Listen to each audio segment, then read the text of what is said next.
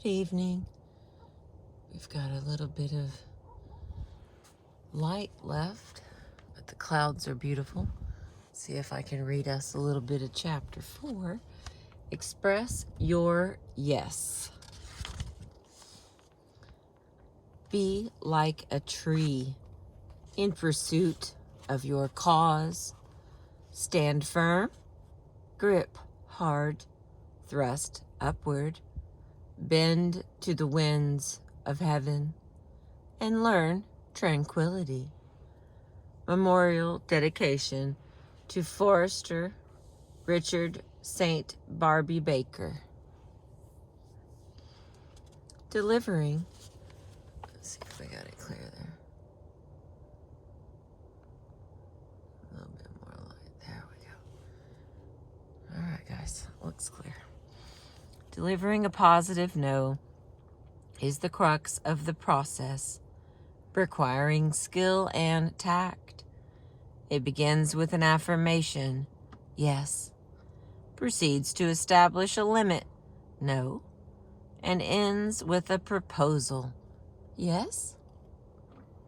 Imagine, for instance, that you are declining an invitation to speak to a local community organization. It is good to hear from you and good to hear of all the valuable work the center is doing. For family reasons, I am not taking on any additional commitments at this time. Next year, if you are still interested, I'd be happy to consider it. Thank you for thinking of me.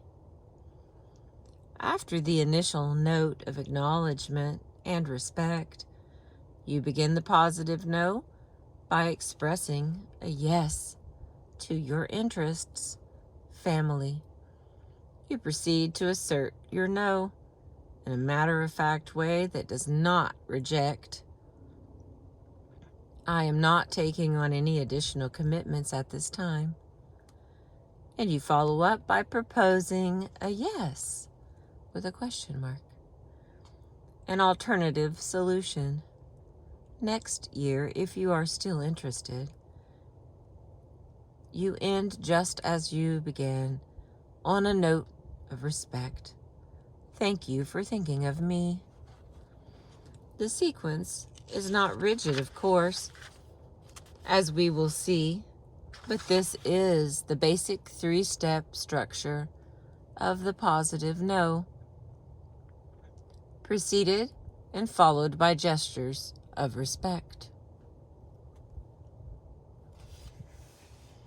In these next 3 chapters, we will explore, in turn, each of the 3 parts of a positive no, beginning now with the first part, expressing your yes. The purpose of yes. Why not just jump immediately to the no? The short answer is that you need to set up your no for success. A man I know had a son attending the Air Force Academy. He was very proud of this and had high hopes for his son. In the middle of his education, however, his son called him up and told him, I now realize I was wrong about who I want to be, and I want to leave the academy. It won't prepare me for the life I want to lead. Even though it was shocking and disappointing news for the father, he cited it to me as the best no he had ever received. Why? I asked. Because it was heartfelt and reflective, the father replied. The son's no came across effectively because it was rooted in a yes to who he was and what he wanted out of life. Contrast this with a no that a client of mine received from a bank. A loan agreement to which we had verbally agreed fell through when the lead bank backed out. The banker telephoned us and said, I've called to tell you that we no longer have an agreement. I can't tell you why, but it is not you. It is something else. He would not explain further. I felt utterly powerless. The lack of explanation made the no very hard to receive. When I ask participants in my seminars for the worst no's they have ever received, the most commonly cited is the one they received as teenagers from their father or mother. No, because I said so, that's why. It is a purely power-based no, and that shows no concern for the other. The participants are adults, often executives high up in their organizations, yet they still remember these no's with frustration and anger. I have never forgiven that approach, wrote one manager who was told she could not take a long-planned, self-paid trip to Europe after high school. Your initial yes has two basic purposes.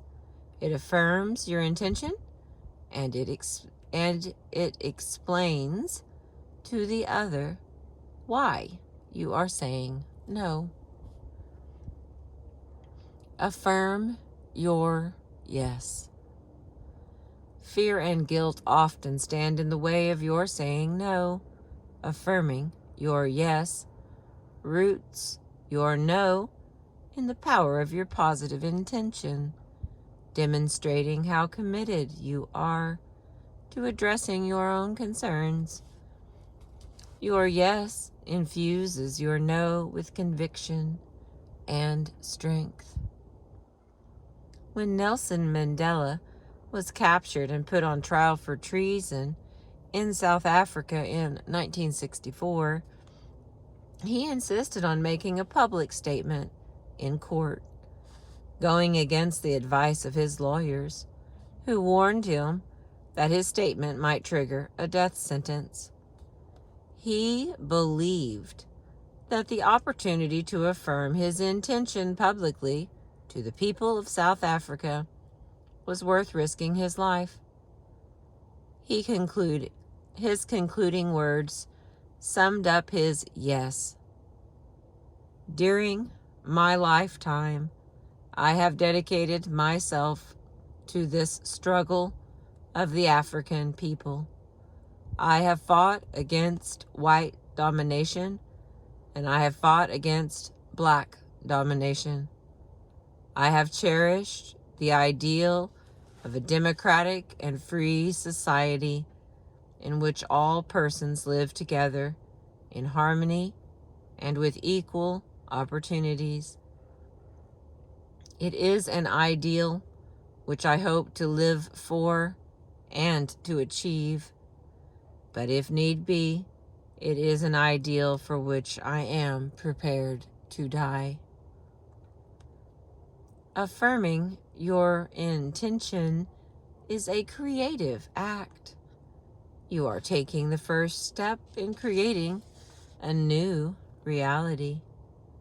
Mandela understood this and was willing to lay down his life for this new reality of freedom for all. His instincts proved right. His eloquent yes to freedom continued to resonate in South Africa, indeed in the world, and until the day freedom arrived.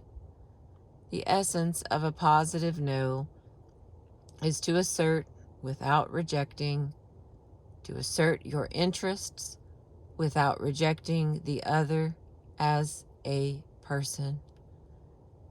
You stand on your feet, not on their toes.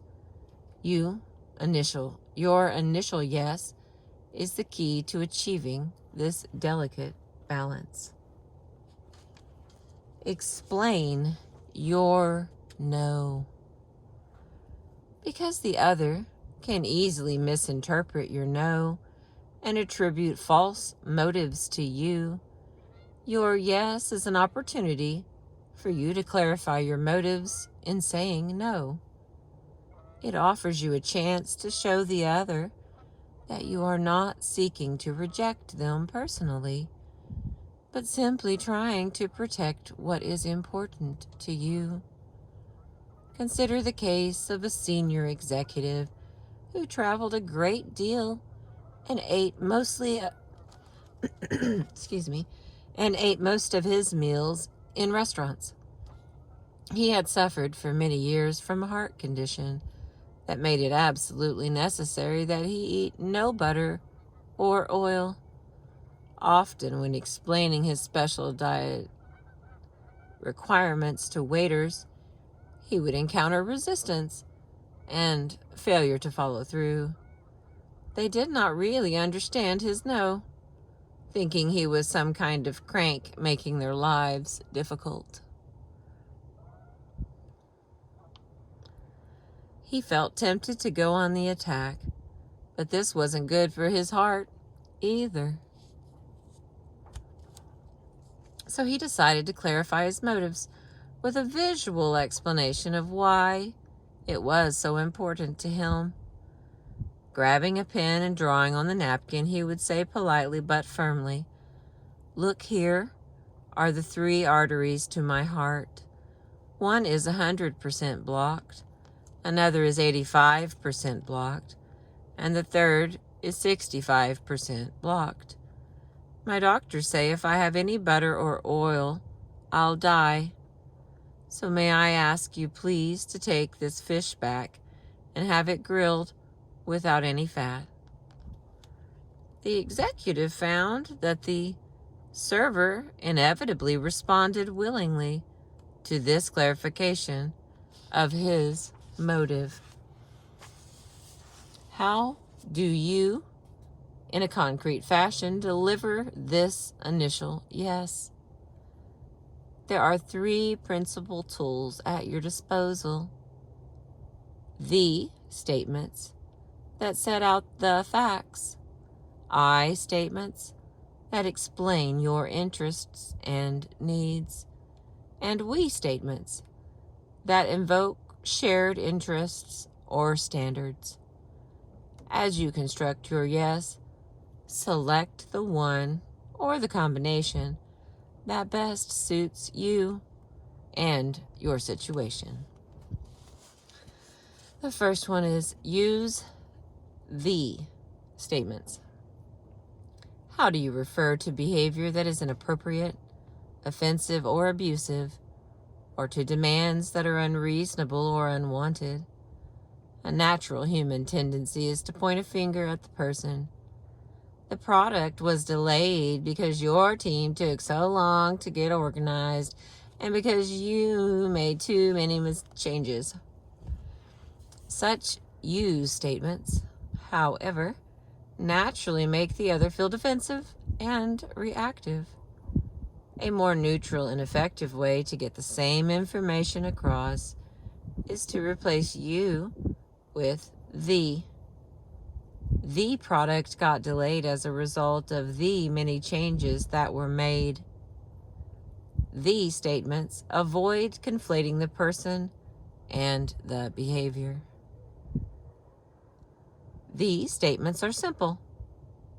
Yes to the facts. Let me try that again. These statements are a simple yes to the facts. No blame, no judgment, just the straight facts. Note, the statement does not necessarily mean that the sentence begins with the. It means it is fact-based.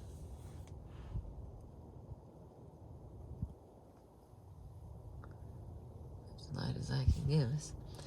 And the next one is stick to the facts.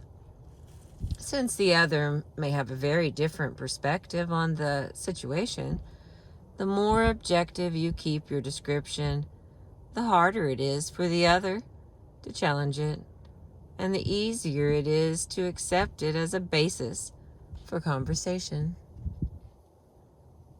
My friend Catherine had an experience in which she was trying to co-manage a small volunteer organization with her colleague Tom, yet he kept making decisions without first talking with her.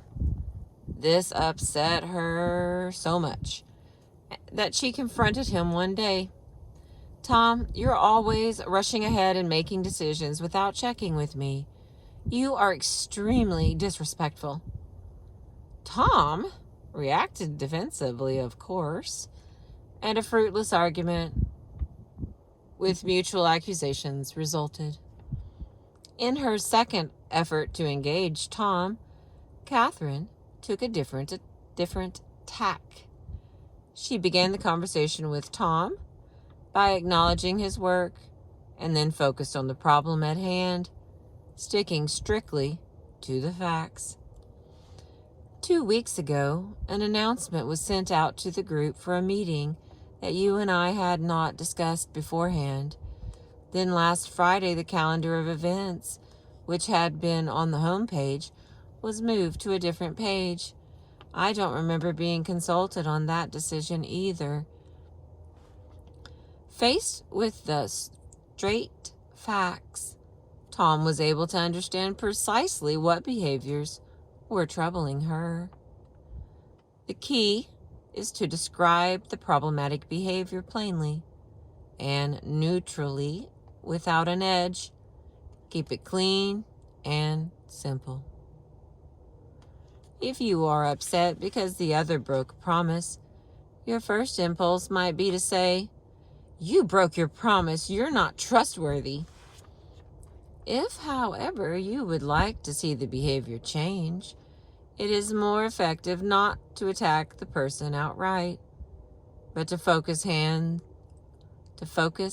on the problematic behavior. Remind the other of the promise that was made. On Sunday night at On Sunday night at dinner, I understood you to say that you would take the garbage out on Tuesday morning. Tonight, when I came back, I noticed that the garbage is still in the garage, and it stinks. Be clear and specific, sticking to the facts. When no means bad news for the recipient, it can be hard to deliver.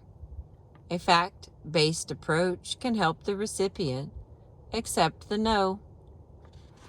"Charlie, I'm sorry to tell you that we decided to hire Al for the position of school superintendent. Our decision was based on the fact that he has had more experience at the central office level. Your qualifications were exemplary, and it was a difficult decision." Charlie told me later that even though he was disappointed, he felt it was a very effective no, commenting, "I respected the process. It was fair. They stuck to the facts and their decision was reasonable." Sometimes blunt candor is called for. "Look, let's be honest here," says the boss to the employee who didn't get the promotion he expected. "There are some serious problems with your performance on the job." The employee may not like hearing this, but in the end, he may learn something very useful.